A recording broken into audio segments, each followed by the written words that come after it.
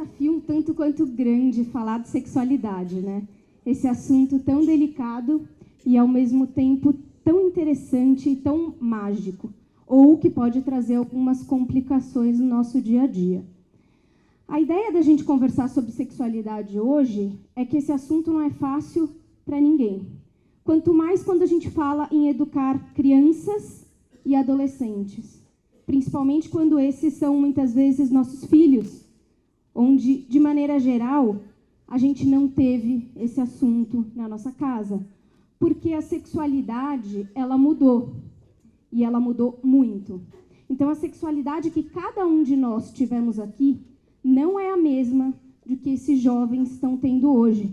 A gente vê, por todas as questões tecnológicas e outras tantas, por questões de imagem, que a sexualidade mudou muito.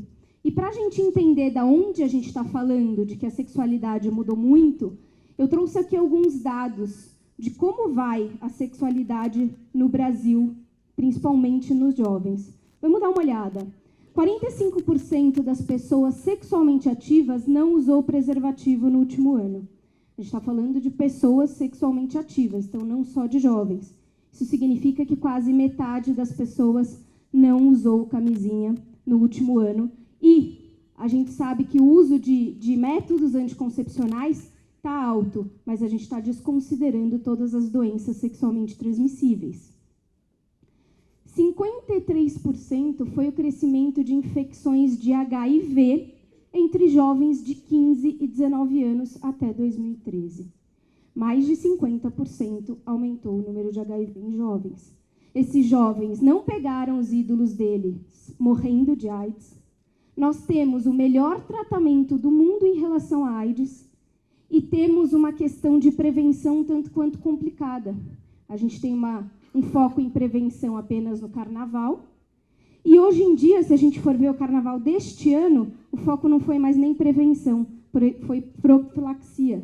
Foi todo o tratamento, se você transar sem camisinha, o que você faz depois disso, né? Então, a gente tem um certo problema aqui, porque os jovens não estão usando camisinha e não estão entendendo a necessidade, não só os jovens, mas como os adultos também. 55 mil bebês nasceram de mães adolescentes com idade entre 15 e 19 anos em 2013. Né? Que maturidade essas mães têm para lidar com esses bebês? Né? Isso nasceram, fora todas as outras que engravidaram e acabaram abortando, propositalmente ou não. Tá? A gente está num dado específico aqui que nasceram. 11 minutos é o tempo em um estupro e outro no Brasil. Então, a gente faz a conta, né, do número de estupros que hoje, aqui, nesse tempo que a gente está aqui, nesse aprendizado enorme de mulheres que foram estupradas aqui no Brasil. Qual é a cultura que está relacionada a essa questão de estupro? A gente não pode se abster e falar que é o outro que está fazendo isso, como o Marcos trouxe.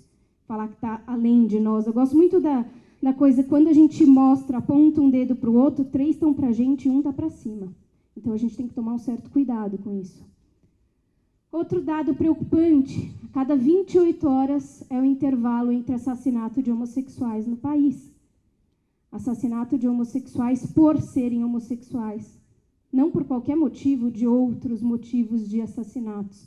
Por serem homossexuais, a cada um dia e pouquinho, um homossexual é assassinado. Então, a gente traz muito a questão que o Marcos trouxe da questão do diferente, do que é normal, e a gente precisa discutir sobre isso. Outro dado preocupante, 600 mortes de transexuais entre 2008 e 2014, nos tornando o país mais transfóbico do mundo. O que é transfobia? Transfobia é o renegar, é o ódio, é o rejeitar as pessoas transgênero, que não sentem pertencentes ao corpo com o qual elas vieram. Então, trazendo a ideia do bárbaro que o Marcos trouxe, quem é o bárbaro? A nossa sociedade está sendo bárbara. Está matando 28 homossexuais por hora, matou 600 transexuais. Olha aqui essa frase. Se as mulheres soubessem como se comportar, haveria menos estupros.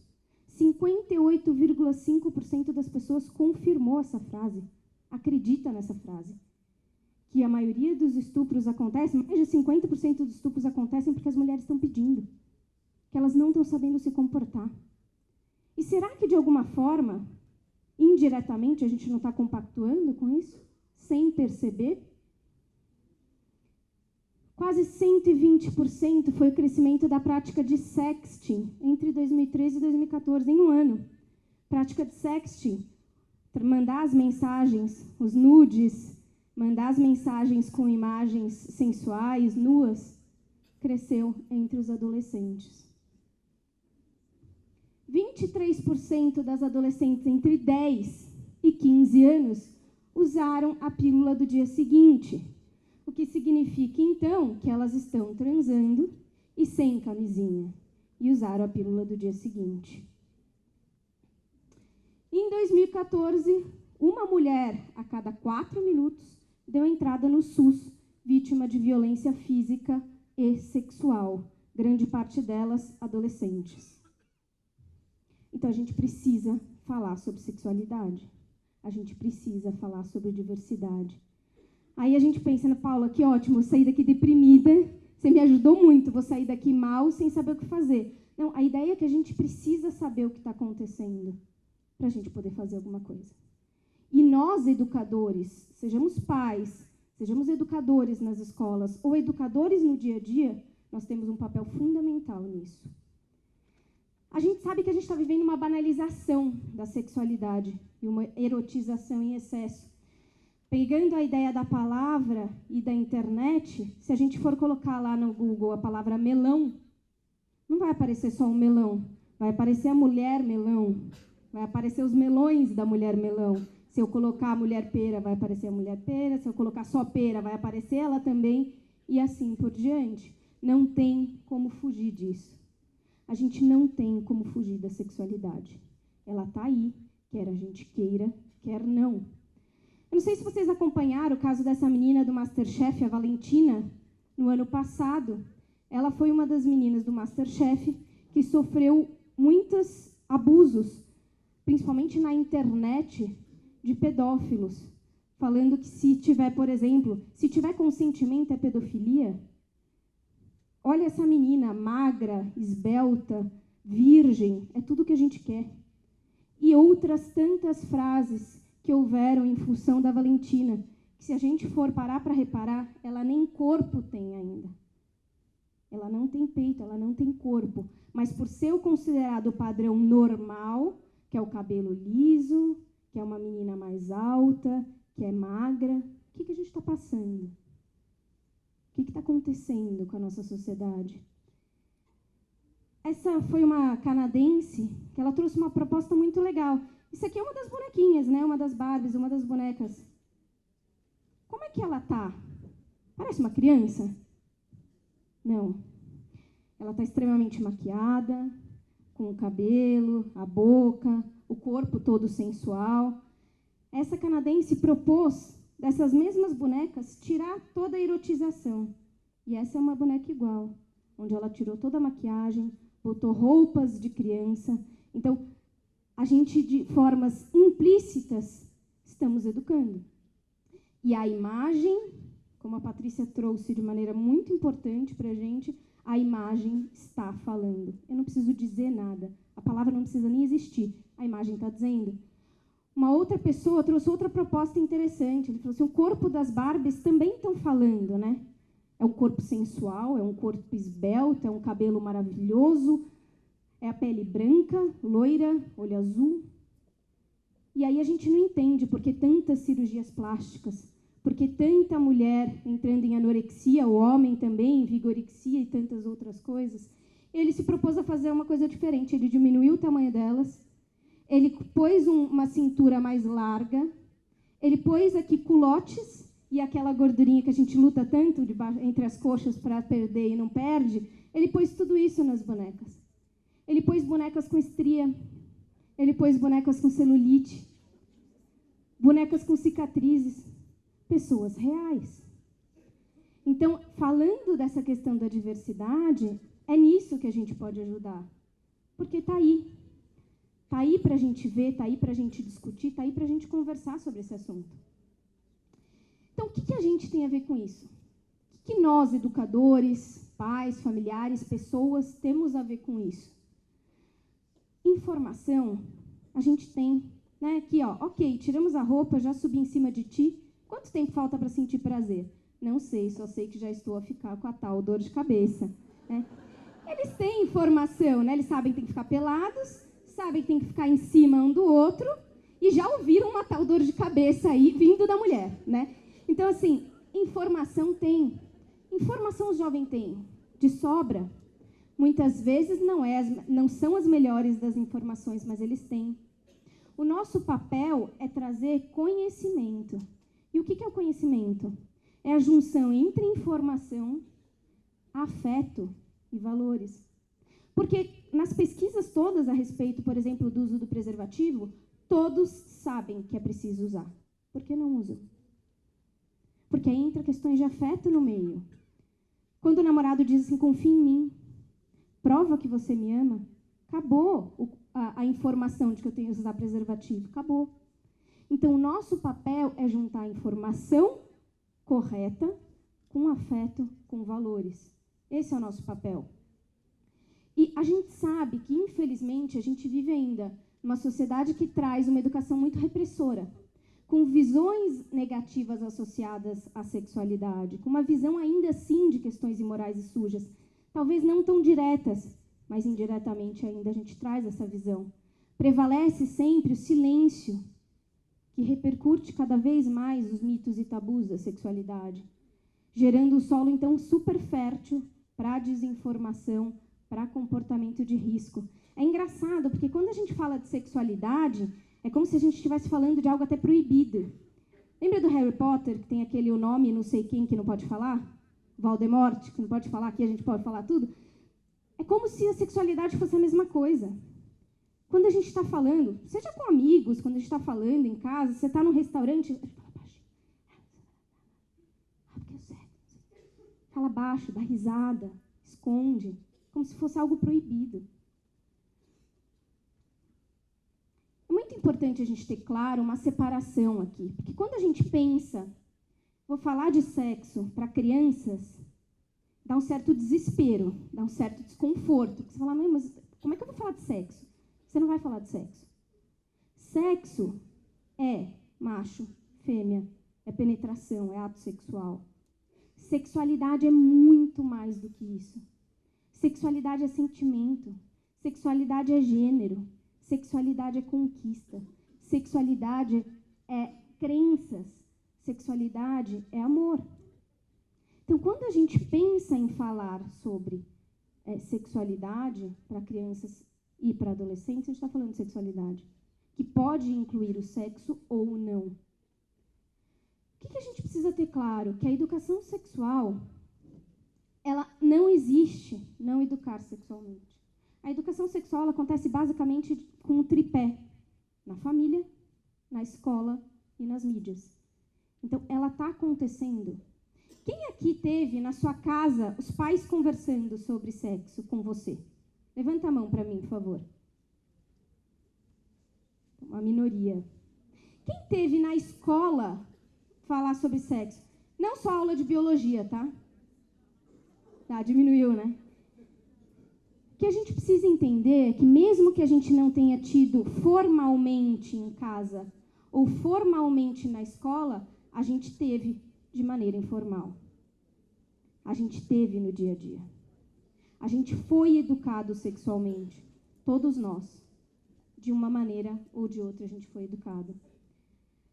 Esse vídeo traz uma reflexão importante para a gente. É um vídeo do Portas dos Fundos, para a gente questionar um pouco a questão se falar de sexualidade na escola vai incentivar ou estimular alguma coisa. Vamos dar uma olhadinha nele. Portas dos Fundos consegue fazer, usa uma criatividade que é impressionante. Mas, de certa forma, é um pouco do que a gente pensa. É um pouco do que os pais pensam. De que se a gente for trabalhar o tema sexualidade nas escolas, a gente vai estar incentivando ele, a gente vai estar fazendo a mudança dele, quando isso não acontece. A gente não muda o interno de ninguém. A gente pode fazer com que ele se sinta mais livre para poder ser quem é, mas a gente não muda, né? Eu gosto muito dessa frase do Richard Miskolci, no livro Marcas da Diferença no Ensino Escolar. Para quem tiver interesse, é um livro muito bom. Que ele diz o seguinte: a sexualidade está no espaço escolar porque faz parte dos sujeitos o tempo todo. Ninguém se despe da sexualidade ou a deixa em casa como um acessório da qual pode se despojar, né? Sexualidade está com a gente o tempo inteiro. Então, de que maneira eu quero educar? Essa é a nossa pergunta. De que maneira eu quero educar? Porque quer a gente queira, quer não, ela está acontecendo o tempo inteiro. Então, falar de sexualidade não vai estimular uma vivência precoce. Pelo contrário, o que a gente tem percebido é que eles se tornam mais conscientes do próprio corpo e de como cuidar bem do próprio corpo. Eles entendem melhor as consequências dos seus atos, passando a refletir mais sobre os mesmos. Vale a pena? Não? Quais são as consequências? Começam a pesar. Confiança de que tudo pode ser perguntado. Eles começam a confiar que qualquer coisa que eles precisarem, eles podem ter ali na escola. Eles podem ter com a família. Porque esse assunto, que é um dos assuntos mais delicados, que existem mais tabus, eu posso falar, então eu posso falar sobre tudo. E esclarece dúvidas para não levar para angústias posteriores e nem a mitos e tabus e prejudicar a vida adulta. Eu trabalho com terapia sexual no consultório com adultos, casais, que muitos dos problemas de não ter orgasmo, de ter dor, de não conseguir ter ereção, vêm de mitos e tabus da sexualidade, vêm de repressões vividas na infância, vividas na adolescência. E mais do que tudo, não muda ninguém, já que a sexualidade não é uma escolha e não é uma opção. Aliás, um aprendizado importante para a gente, orientação sexual não é escolha, não é opção, é orientação. A gente não se pergunta por que a gente é hétero, de onde a gente virou hétero, para quem é. Porque, normalmente, a norma diz que é o certo. E quando a gente está perguntando de onde vem a homossexualidade, é porque a gente está partindo que é um lugar errado, que é uma coisa errada. E a gente simplesmente é. Será que a gente não está educando sexualmente quando a gente fala diferente com um bebê de gênero diferente? Será que quando a gente fala com um bebê menina, que fala, ai, que princesinha, que delicadinha, ó, aqui a mamãe, olha aqui. E quando é um menino, ô, filhinho do papai, ó, pintinho, esse aqui até sacode o bebê. Será que a gente já não está educando? Aí a gente vem falar que homem é muito mais agressivo, que mulher é muito mais carinhosa, mulher é muito mais delicada. Será? Quando a gente desconversa, quando algo é dito ou perguntado sobre sexualidade, será que a gente não está educando sexualmente? Dizendo que aqui é proibido, não posso falar sobre isso? Quando a gente muda o canal, porque apareceu alguma coisa que se refere à sexualidade, claro que de acordo com a idade da criança, será que eu não estou dizendo alguma coisa? Isso aqui é proibido, não mexe, porque eu não sei falar sobre isso. Eu não vou saber o que fazer com isso. Será que eu não estou educando? Repreender um menino porque ele vai começar a chorar? Segura o choro. Menino não chora. Será que a gente não está educando? Quando a gente repreende uma menina porque ela colocou a mão por cima da calcinha, ou porque ela está com a perna aberta, fecha as pernas, menina, coisa feia. Tira a mão daí, não pode. O que eu estou ensinando? É proibido. Tem uma coisa muito grave ali. É algo sério. E depois eu quero que depois ela tenha uma sexualidade super saudável, super feliz, super inteira. Quando eu não vejo nenhum beijo, nenhum abraço por parte dos meus pais, da minha família, quando eu não vejo afeto, será que eu não estou educando sexualmente? O que eu estou passando sobre um casal? Quando eu falo, não pode beijar na frente dele. Shhh, sai pra lá, não encosta. Será que eu não estou educando? Estou educando por quê? Dizer para a menina que ela não deve jogar futebol, porque isso é coisa de menino? Ou porque o menino quer fazer balé? Ah, mas daí, não, menino fazer balé? Por que não? Os brinquedos de menina e de menino, né, tem aquela piadinha, ela faz total sentido. Tem órgão genital? Tem alguma coisa que precise do pênis ou precise da vagina para brincar? Se não, é para os dois. Essa pesquisa aqui, olha que preocupante. Lavar a louça, 76,8% das meninas lava, 12,5% dos meninos lavam. Será que eu não estou educando? Arrumar a cama, 81,4% das meninas arruma, 11,6% dos meninos arruma. Ah, mas o menino não tem vontade, ele não tem jeito para aquilo. Não? Quem ensinou? Afinal de contas, as mulheres, muitas vezes, são as mais machistas. Quem educou até pouco tempo atrás as crianças eram as mulheres. E a gente passou isso. Insinuar ou confirmar que os meninos podem ficar com várias meninas e ser o garanhão e as meninas, quando fazem, são a galinha. E aí é muito interessante, porque racionalmente a gente fala, imagina, não é assim. Mas implicitamente é o que a gente diz. E quando eu trabalho com as adolescentes, eu mostro isso para elas justamente. Elas falam, ah, olha, ela ficou com 5. E aquela é galinha. E aquela, nossa. Elas falam. Eu lembro que uma mãe veio falar comigo, eu dava aula de educação sexual pro filho dela, ele tinha 13 anos. E ela veio, Paula, você não vai acreditar no meu filho me falou. Eu fiquei com a cara no chão, eu não sabia o que dizer. Ela falou que uma amiga da sala dele tinha ficado com 3 meninos numa matinê. E aí o pai deixou ela de castigo. Ela só podia ir da casa para a escola, da escola para casa, sem tecnologia, sem nada. Aí a mãe que estava falando comigo, ela falou assim, tem razão, a mãe estava certa, o pai estava certo, tinha que fazer isso mesmo. Ele vira, o filho vira para a mãe e fala assim, mas mãe, eu já te contei que eu fiquei mais com 3 numa festa só e você nunca disse nada para mim, por quê? Ela falou, eu não sabia aonde enfiar a minha cabeça. Ela falou, eu queria sumir dali. E aí, acabou que a gente começou a conversar um pouco até da questão do machismo e eu me dei conta do quão machista eu era. Então, esses assuntos a gente precisa falar sobre eles. Porque é de maneira racional, a gente até diz não a isso aqui, mas de maneira emocional ou implícita, a gente está compactuando para isso. Dizer que a roupa muito curta a menina está pedindo para ser abusada, a gente faz isso, a gente percebe isso no consultório com as mulheres adultas. Quando elas dizem assim, eu não consigo ter relação com meu marido, eu não consigo dar prazer para ele, ele vai me trair, porque o homem precisa. Eu já falei para o meu marido que ele pode procurar outra mulher enquanto eu estou me tratando, porque se eu não posso dar isso para ele, ele precisa. A gente está educando para isso. Quando a gente diz que os meninos não aguentam, quando a gente diz que menino pode usar bermuda, mas menina não, porque os meninos não vão aguentar ficar olhando para aquilo, eu estou educando dessa maneira. Aceitar quando os alunos tiram sarro de qualquer comportamento afeminado, dizendo que é apenas brincadeira, e a gente aceita. Brincadeira só é brincadeira quando ninguém sai machucado. Senão, não é brincadeira. Então, quando a gente fala em educação sexual, a gente está falando em educar para o quê?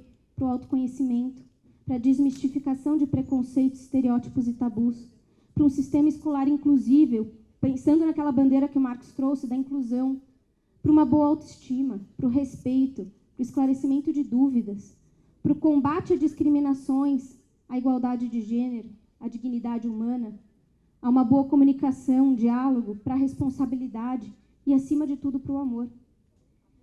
Como o Bugarelli traz, né, diversos somos todos.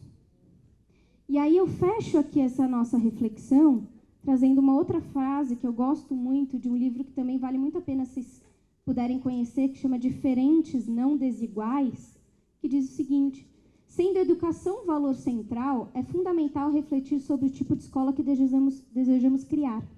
A educação, se comprometida com a igualdade social e inclusão, pode vir a ser um caminho privilegiado para a emancipação.